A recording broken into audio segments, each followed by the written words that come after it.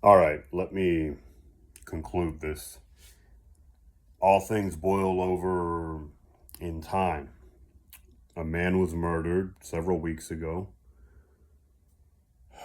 He will not be forgotten, but the event will not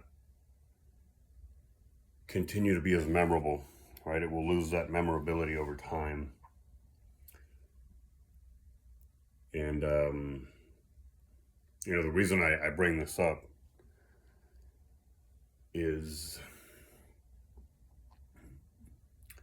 is that we shouldn't forget what is behind this event, and at the risk of sounding callous and pretending to put it behind me or behind us as a nation, I'm not trying to do that. I'm just saying the event will lose momentum to some degree as far as the impact that it has on the news, on social media, on conversations, right? And it may take some time, right? But it's still fresh in people's memories. But that will happen, and after that does happen, we shouldn't forget. I think it's dangerous to forget the lessons that should have been learned. Anytime anything tragic happens, if we don't learn some kind of a lesson, um, we are wasting an opportunity. Unfortunately, yeah, unfortunately so. I hate to call a murder an opportunity, but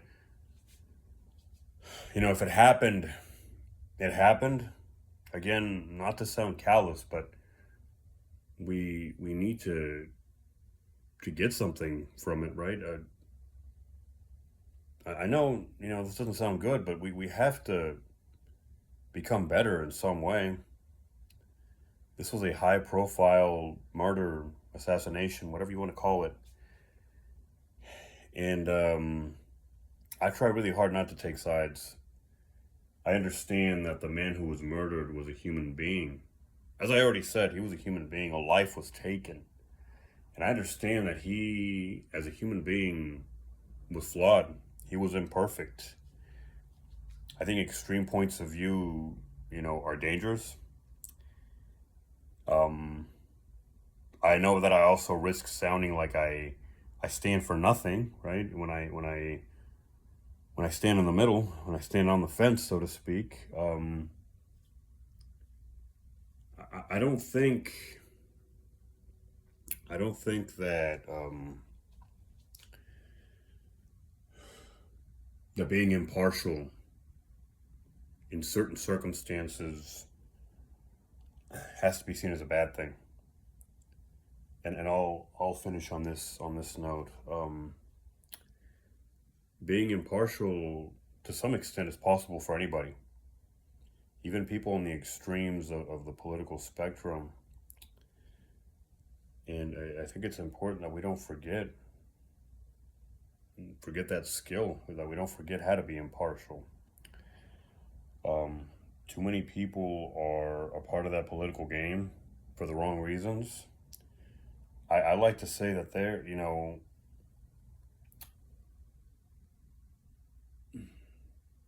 while people have to be a part of that game, there are people who are a part of it who have no business being in it. People who need to get their life together before they even consider contemplating having even an opinion in politics. There are people who know that and who focus on their own lives, and maybe are too busy to even contemplate politics. And when I say that, I'm not talking about running for office. I'm just saying too busy to even watch the news for more than a few minutes a day or at a time, right? Which I know the news are important, to an extent. It's like anything that can become bad if taken too far.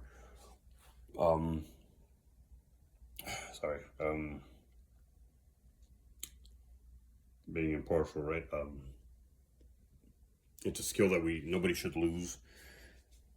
I was saying some people get involved in politics that shouldn't be involved. Um, what I was saying was that some people get into it for the wrong reasons, right? To that point, some people get involved in politics and get fanatical about it, or they get fanatical because they're doing it for the wrong reasons. They're trying to fill some kind of a void in their life. And those people are the ones who are going to have the most difficulty being impartial. As a matter of fact, it's going to be impossible. And anybody who can never be impartial has no business even opening their mouth to speak when politics have entered the room. That's just my opinion.